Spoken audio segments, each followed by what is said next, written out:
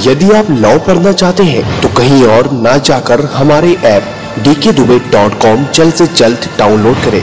Download link description में available है।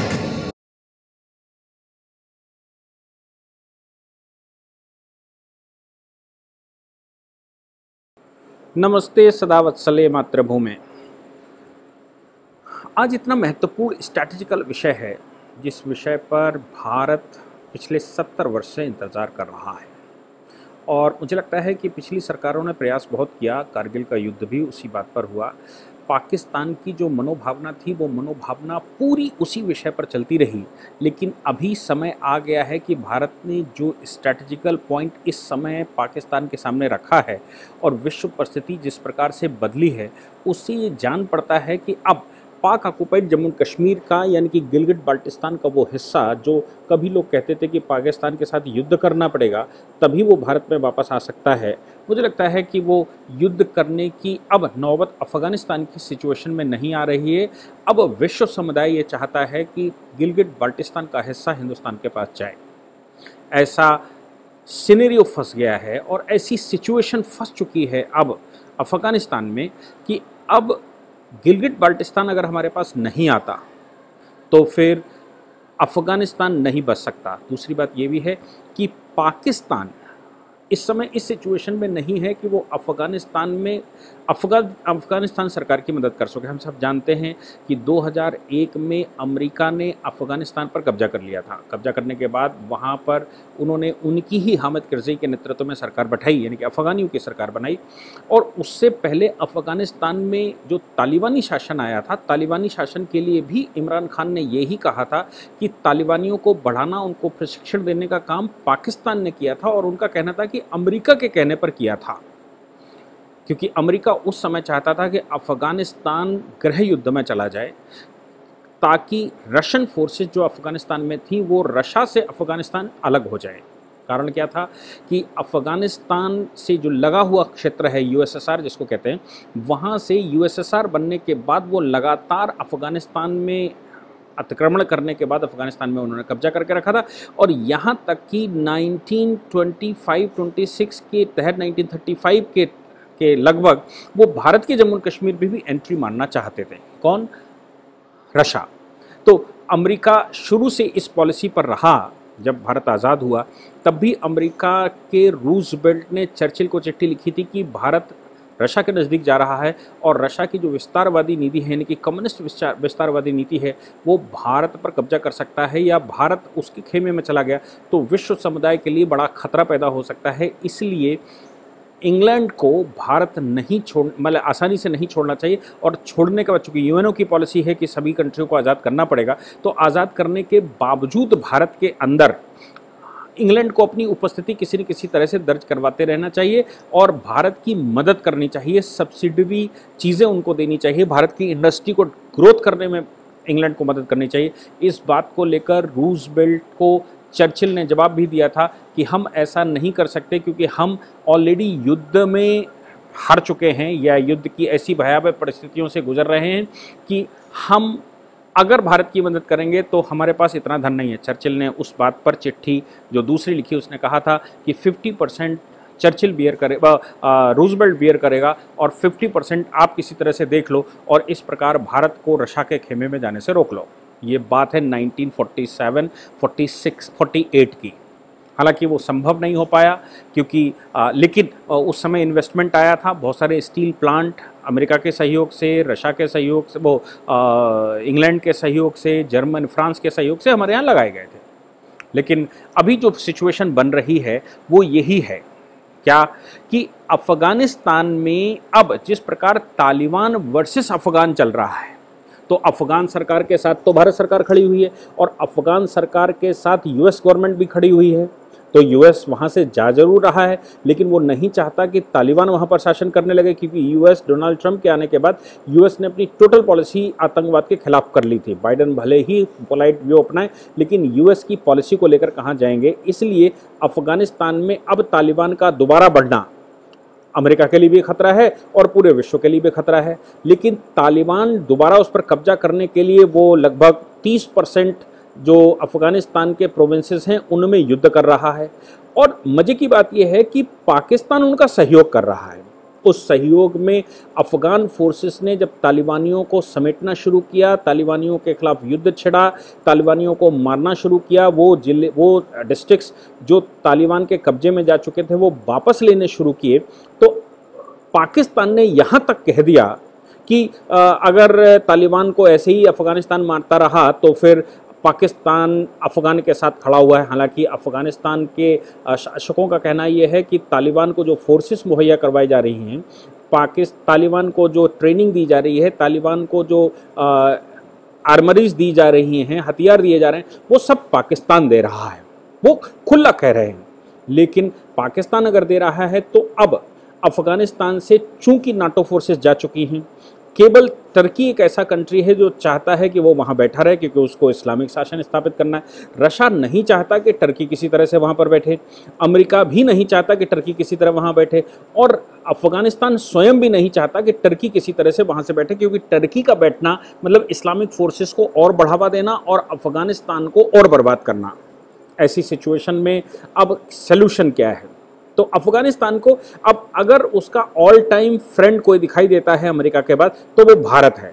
और इस समय अमेरिका भी भारत के ही खेमे में पड़ा हुआ है, क्योंकि वो चाइना का गलवान का इशू आया तो हमने सबने देखा कि डोनाल्ड ट्रंप ने किस प्रकार गलवान इशू में भारत का साथ देने के लिए अपनी फोर्सेस लगा दी चारों ओर से।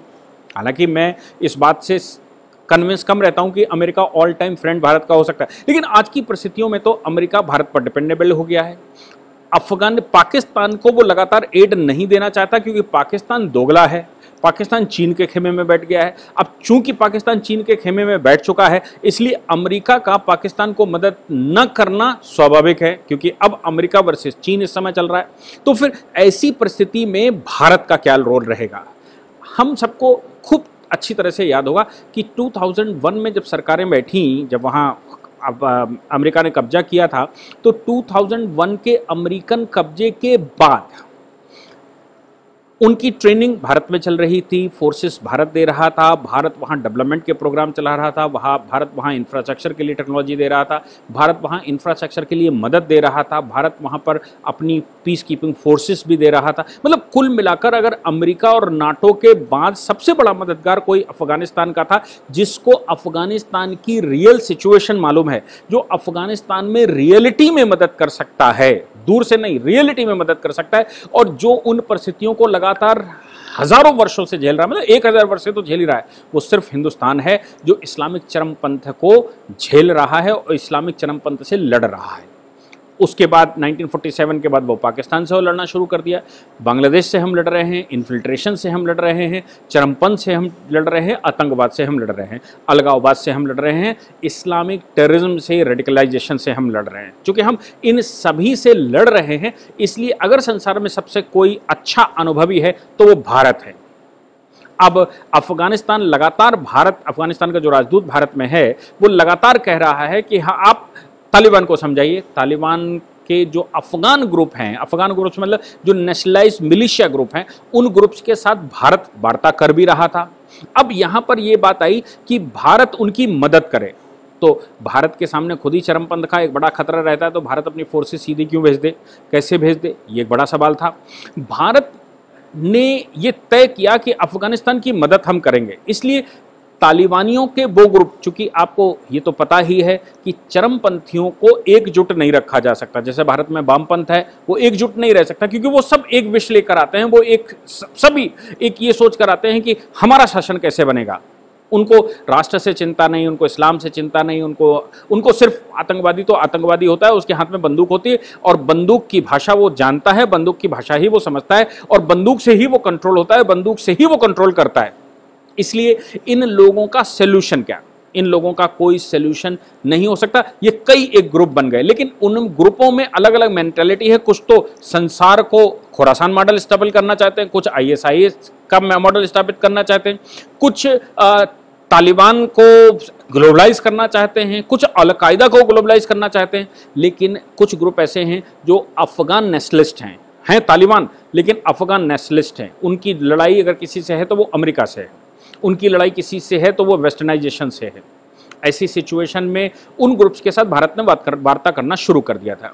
इन्हीं ग्रुप्स को, जो अफगानिस्तान के अंदर के ग्रुप हैं, तालिबान के वो पॉजिटिव ग्रुप जो तालिबान अफगानिस्तान अपने आप को कहते हैं, और अफगानिस्तान के अंदर वो फोर्सेस जो सिर्फ अफगानी हैं, जो तालिबान से अफगान को बचाना चाहते हैं अफगान सरकार की तरह।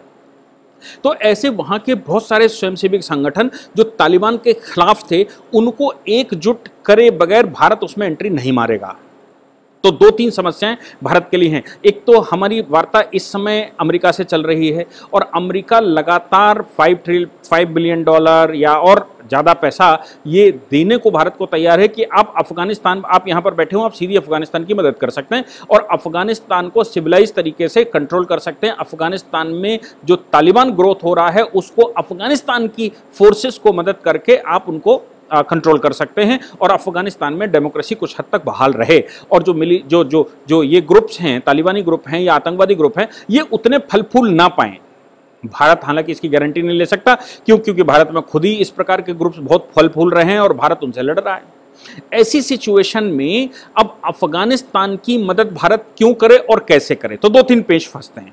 एक पेच ये फंसता है कि भाई हमारे यहाँ स्वयं का आतंकवाद है, हम पाकिस्तान से परेशान हैं और पाकिस्तान के आतंकवादियों से परेशान है, तो हम अफगानिस्तान की मदद क्यों करें? तो अमेरिका को सबसे पहले पाकिस्तान के अगेंस्ट में भी कुछ करना पड़ेगा। और पाकिस्तान इस समय चाइना की गोद में बैठा हुआ, तो हम खुद ही चाइना से परेशान है जिससे अमेरिका लड़ना चाहता है। तो अमेरिका और नाटो फोर्सेस की भारत को मदद करनी पड़ेगी, एक बात।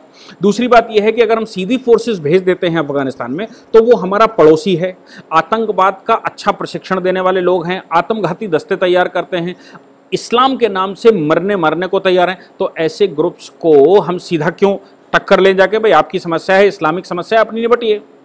भारत ने क्या किया कि जो अंदर के ग्रुप्स हैं, अफगान तालिबान और दूसरे जो अफगानिस्तान के स्वयंसेवी संगठन है जो तालिबान से अफगानिस्तान को बचाना चाहते हैं, सरकार अलग है और अफगानिस्तान की सरकार, भारत ने अपनी जो शक्तियां हैं उनको अफगानिस्तान में लगाकर मिलिशिया ग्रुप्स तैयार कर लिए। मिलिशिया ग्रुप्स कहते हैं जब लोकल के लोग इकट्ठे होकर हथियार उठा लेते हैं और गुंडों से लड़ने को तैयार रहते हैं। बिल्कुल वैसे ही जैसे कि जम्मू कश्मीर में आपको याद होगा कि सेल्फ हेल्प ग्रुप बनाए थे हिंदुस्तान की सरकार ने, और वो सेल्फ हेल्प ग्रुप आतंकवादियों से अपने गांव को बचाने के लिए हथियार उठाए हुए थे। उनकी ट्रेनिंग भारत देता था, केंद्र सरकार देती थी, और ट्रेनिंग देकर जो टेररिस्ट घुस आते थे गांव में, उनके खिलाफ वो खड़े होते थे।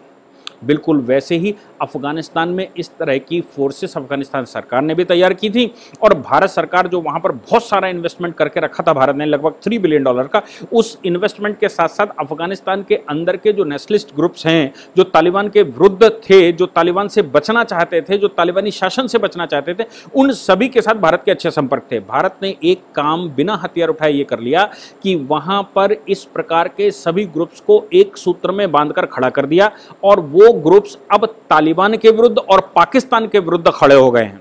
वो एकजुट हो गए हैं भारत के नेतृत्व में, यानी कि भारत के प्रभाव में।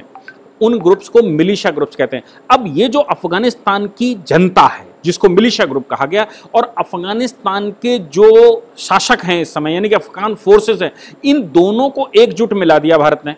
इन दोनों को एकजुट मिलाने का परिणाम ये निकला कि जो तालिबान है वो धीरे धीरे कमजोर पड़ना शुरू हो गए, और आम जनता तालिबान के विरुद्ध खड़ी हो गई। तालिबान का सपोर्ट डायरेक्टली इनडायरेक्टली पाकिस्तान करता है, इसलिए पाकिस्तान के विरुद्ध भी ये लोग खड़े हो गए। अब पाकिस्तान इस चक्कर में फंस गया कि अमेरिका पहले से मदद नहीं कर रहा, चीन के विरुद्ध माहौल पाकिस्तान के अंदर बना हुआ है। अभी 2 दिन पहले ही एक बॉम्ब ब्लास्ट हुआ, उसमें 8 चीनी मारे गए हैं, और चीन ने पाकिस्तान के ऊपर आरोप लगा दिया है कि पाकिस्तान इसमें इन्वॉल्व है, पाकिस्तान बहुत कुछ गलत कर रहा है, और इस बात को लेकर उसने इन्वेस्टिगेशन ग्रुप भी बिठा दिया है चीन पाकिस्तान के अंदर। घटना पाकिस्तान की है, घटना पाकिस्तान के अंदर मरने वालों की है, पाकिस्तान के पास अपनी इंटेलिजेंस है, पाकिस्तान के पास अपनी फोर्सेस हैं, पाकिस्तान के पास अपनी पुलिस फोर्सेस हैं, अपनी इंटेलिजेंस है। लेकिन चीन कह रहा है कि हमें तुम पर विश्वास नहीं है, हम अपने ग्रुप्स भेजेंगे जो वहां पर इन्वेस्टिगेशन करेंगे। तो ऑलरेडी पाकिस्तान इस सिचुएशन से गुजर रहा है और परेशान है। तो अब सवाल ये पाता है कि जब अफगानिस्तान का एम्बेसडर भारत में बैठकर ये कह रहा है कि अगर आवश्यकता पड़ी, अभी तो हम वार्ता कर रहे हैं उन मिलिशिया ग्रुप्स के साथ मिलकर तालिबानियों से कि वो शांति से सत्ता परिवर्तन होने दें, शांति रखें। अगर ये ग्रुप से वार्ता फेल हो गई है तो एम्बेसडर ये कह रहा है कि अगर ये वार्ता फेल होती है तो भारत से हम मदद मांगेंगे, और अमेरिका ये कह रहा है कि हम $5 बिलियन आपको दे रहे हैं कि आप अफगानिस्तान को फोर्सेस प्रोवाइड करिए, अगर जरूरत पड़ती है इक्विपमेंट प्रोवाइड करिए। अभी 12 हेलीकॉप्टर, लड़ाकू हेलीकॉप्टर भारत ने ऑलरेडी दिए हुए हैं, भारत ने कुछ हथियार दिए हुए हैं, भारत ने तोपें दी हुई हैं, भारत ने उनको आर्टरीज दिए हुए हैं, और प्रशिक्षण भी दिल्ली में उनका चल रहा है कि इन लोगों से कैसे निपटा जाएगा। तो अब भारत के सामने बात ये आती है कि अमेरिका कह रहा है कि अगर आवश्यकता पड़ी तो मिलिशिया ग्रुप्स, अफगान ग्रुप्स, इन दोनों के साथ मिलकर भारतीय फोर्सेस वहां एंटर कर जाएं। जो नाटो फोर्सेस पड़ी हुई हैं या जो अमेरिकन फोर्सेस पड़ी हुई हैं जो अब वहां से जा रही हैं, उनका स्थान भारतीय फोर्सेस ले लें। भारत के पास फोर्स बहुत ज्यादा है और भारत की पीस कीपिंग मिशंस पूरे वर्ल्ड भर में चलते ही हैं, और इन ग्रुप्स में भी भारत काम कर ही रहा था। तो भारत को वहां की चूंकि ग्राउंड रियलिटी बहुत अच्छे से मालूम है और भारत इस प्रकार से लड़ रहा है और लंबे समय से लड़ रहा है, इसलिए भारत इनकी मदद कर सकता है। जब भी आवश्यकता पड़े तो उनकी मदद करिए, ऐसा पाकिस्तान का भी कहना है और अफगानिस्तान का भी कहना है कि अगर मिलिट्री की आवश्यकता पड़ी तो 1 से 1.5 लाख फोर्सेस वेल इक्विप्ड, आधुनिक तरीके से युद्ध लड़ने वाली अफगानिस्तान में भारत से जाएगी। अब सवाल यह पैदा होता है कि भारत से 1.5 लाख ट्रुप जाएगी कैसे? भाई, भारत की बाउंड्री 1947 में भारत की बाउंड्री सीधी अफगानिस्तान से लगती थी। जब पाकिस्तान अलग नहीं हुआ था तो हमारी बाउंड्री ईरान से लगती थी, हमारी बाउंड्री यूएसएसआर से लगती थी, हमारी बाउंड्री अफगानिस्तान से लगती थी, हमारी बाउंड्री तिब्बत से लगती थी, हमारी बाउंड्री कुछ थोड़ी सी चीन के साथ लगती थी, हमारी बाउंड्री उसके अलावा श्रीलंका, नेपाल और उधर म्यांमार से लगती थी। ये था 47 में जब बंटवारा हुआ तो बंटवारे के बाद बांग्लादेश के बॉर्डर से तो हमें कोई फर्क नहीं पड़ा कि हमारी बाउंड्री कोई बदली हो, लेकिन पाकिस्तान के साथ जो हमारी बाउंड्री लगती थी उस बाउंड्री में लद्दाख का जो क्षेत्र था, लद्दाख का मतलब आज का लद्दाख, गिलगिट बाल्टिस्तान, ये क्षेत्र जो उस समय लद्दाख का क्षेत्र था जिसमें गिलगिट बाल्टिस्तान की गिलगिट एजेंसी बैठा करती थी, अंग्रेजों ने लिया था। तो गिलगिट एजेंसी जहां पर बैठती थी वो हिस्सा भारत के पास आना था, लेकिन वो महाराजा हरि सिंह ने अधिमिलन तो कर दिया, लेकिन जनरल ब्राउन जो कि अंग्रेज था, जिसने वो जगह लीज पर 1935 में ले रखी थी रशा के खिलाफ। इस बात को थोड़ा सा यहाँ एक्सप्लेन करना जरूरी है, नहीं तो कंफ्यूज हो जाएंगे। हुआ क्या था कि महाराजा हरि सिंह जो कि जम्मू कश्मीर के राजा थे, महाराजा हरि सिंह से ऊपर गिलगिट बाल्टिस्तान का जो हिस्सा है वो हिस्सा अंग्रेजों ने लीज पर ले रखा था, इसलिए क्योंकि वो वहां से वॉच करते थे रशा को। नहीं तो रशा क्या है कि हमारे ऊपर के हिस्से जहां हुंजा का क्षेत्र पड़ता है, जो नगर हवेली का क्षेत्र पड़ता है या नागर का क्षेत्र पड़ता है, ये इन क्षेत्रों पर वो अफगानिस्तान के रास्ते से घुसकर यहां वसूली कर लेते थे रशा वाले।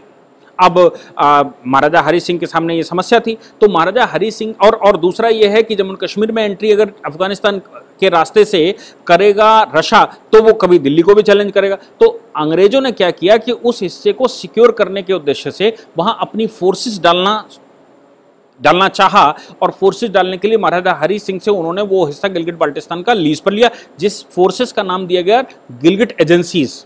वो जब आज़ादी मिली और सारे एग्रीमेंट खत्म हुए तो गिलगिट एजेंसी जो महाराजा हरि सिंह से लीज पर ले रखी थी अंग्रेजों ने, वो महाराजा हरि सिंह के पास वापस आनी थी 47 में। महाराजा हरि सिंह के पास वो वापस हो गई टेक्निकली ऑन पेपर्स। घनसारा सिंह वहाँ गवर्नर बनाकर भेजे गए, लेकिन जनरल ब्राउन वहाँ पर, मेजर ब्राउन वहाँ पर बैठा हुआ था जो अंग्रेजी कमांड देख रहा था, उसको दिल्ली आना था। वो दिल्ली आने के बजाय इस्लामाबाद चला गया, और इस्लामाबाद से उसने क्या किया कि पाकिस्तान के कबायली फोर्सेस के साथ उसने उस हिस्से पर हमला कर दिया।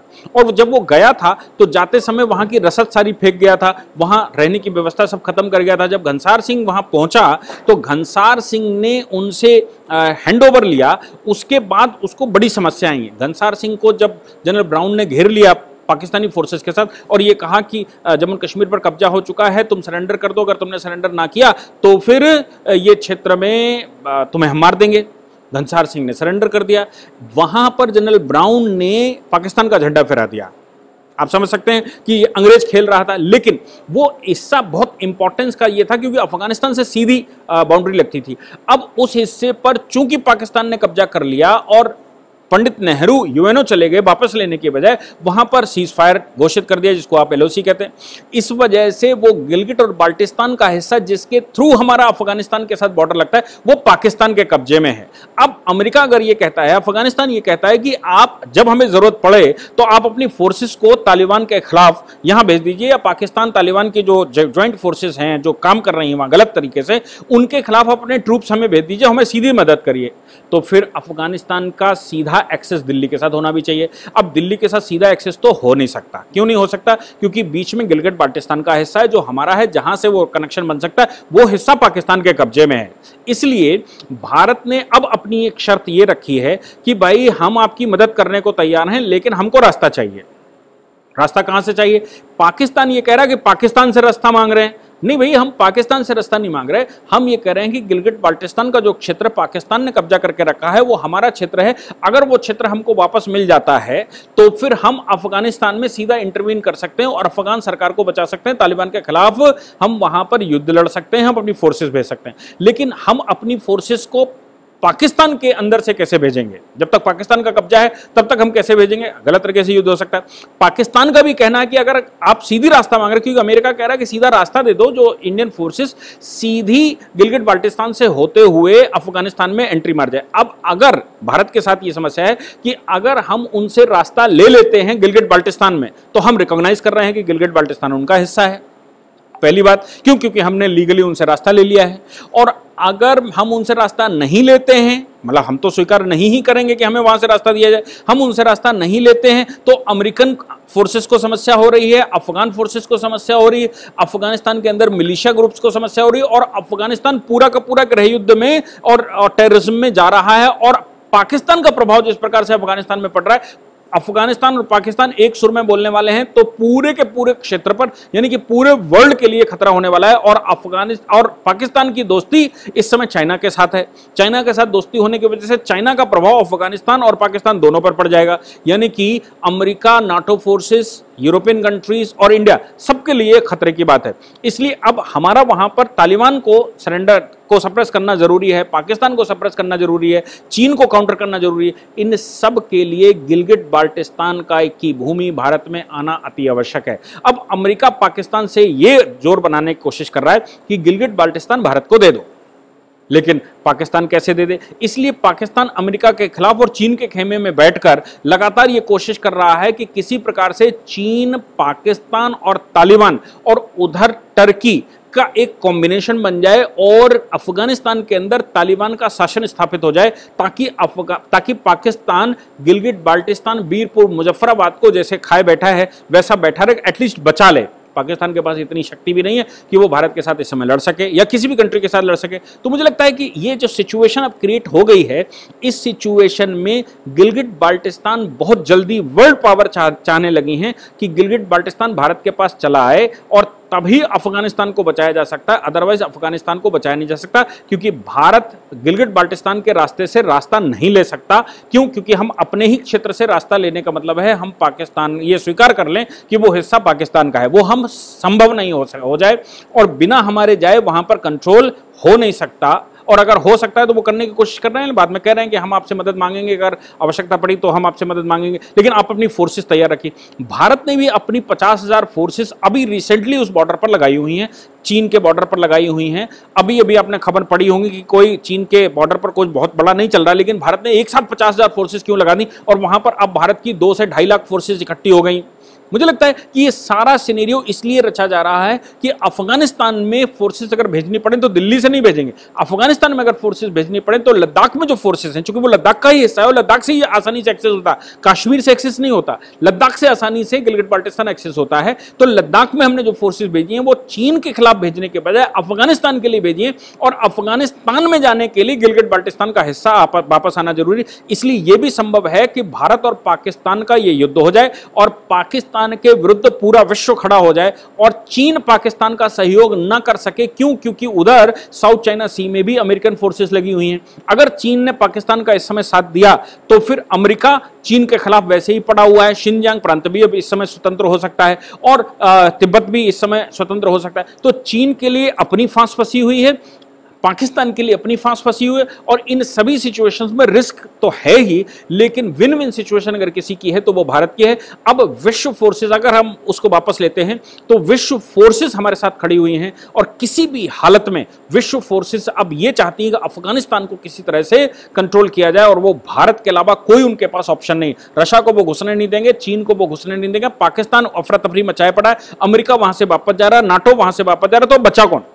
सिर्फ भारत। और भारत वहां जाने के लिए भारत के लिए आवश्यक है कि भारत के पास गिलगिट बाल्टिस्तान हो, अदरवाइज भारत के लिए उनकी मदद करना असंभव हो जाएगा। और भारत गिलगिट बाल्टिस्तान पर युद्ध करे, युद्ध करके उसको वापस ले, वापस लेने के बाद वही ट्रूप्स वो अफगानिस्तान के खिलाफ लगा दे, तो ये युद्ध जो है बड़ी सिचुएशन पर पाकिस्तान के खिलाफ और तालिबान के खिलाफ अब खुलकर हो सकता है। इसमें पूरे विश्व समुदाय को भारत का साथ देना पड़ेगा। चीन अकेला ऐसा रह सकता है जो पाकिस्तान का साथ दे। मुझे लगता है ये एक विन विन सिचुएशन है और ऐसी सिचुएशन बहुत कम सरकमस्टांसेस में आती है। इन सब के पीछे मोदी का जो क्रिटिकल माइंड है, अभी हिंदुस्तान में जो अफरा तफरी मची हुई थी अंदर, मुझे लगता है कि मोदी जी उस पर एक्शन नहीं ले रहे थे। पूरा देश और पूरा वर्ल्ड कहीं ना कहीं अटका हुआ था बंगाल पर, कहीं ना कहीं अटका हुआ है भारत के इंटरनल सिचुएशन पर। और जब भी मोदी सरकार इंटरनल किसी भी सिचुएशन पर जवाब नहीं देती तो समझ लीजिए कि संसार को एंगेज एक जगह करती है और टारगेट कहीं दूसरी जगह करती है। इसीलिए वहां ट्रूप्स बढ़ाई जा रही हैं। अफगानिस्तान पर इसमें कॉन्सेंट्रेट किया हुआ है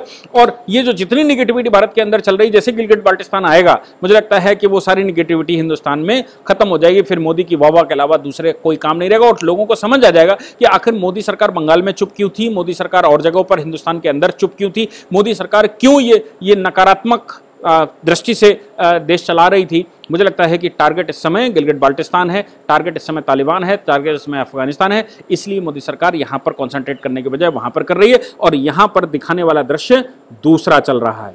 ये आपके लिए विन विन सिचुएशन है और बहुत जल्दी हमको कुछ खुशखबरी मिल सकती है। बिल्कुल कंफर्म करना है तो कठोर है, लेकिन सिचुएशन इस समय बन रही है और मोदी सरकार लगातार उस पर काम कर रही है। Thank you very much. यदि आप लॉ पढ़ना चाहते हैं तो कहीं और ना जाकर हमारे ऐप dkdubey.com जल्द से जल्द डाउनलोड करें। डाउनलोड लिंक डिस्क्रिप्शन में अवेलेबल है।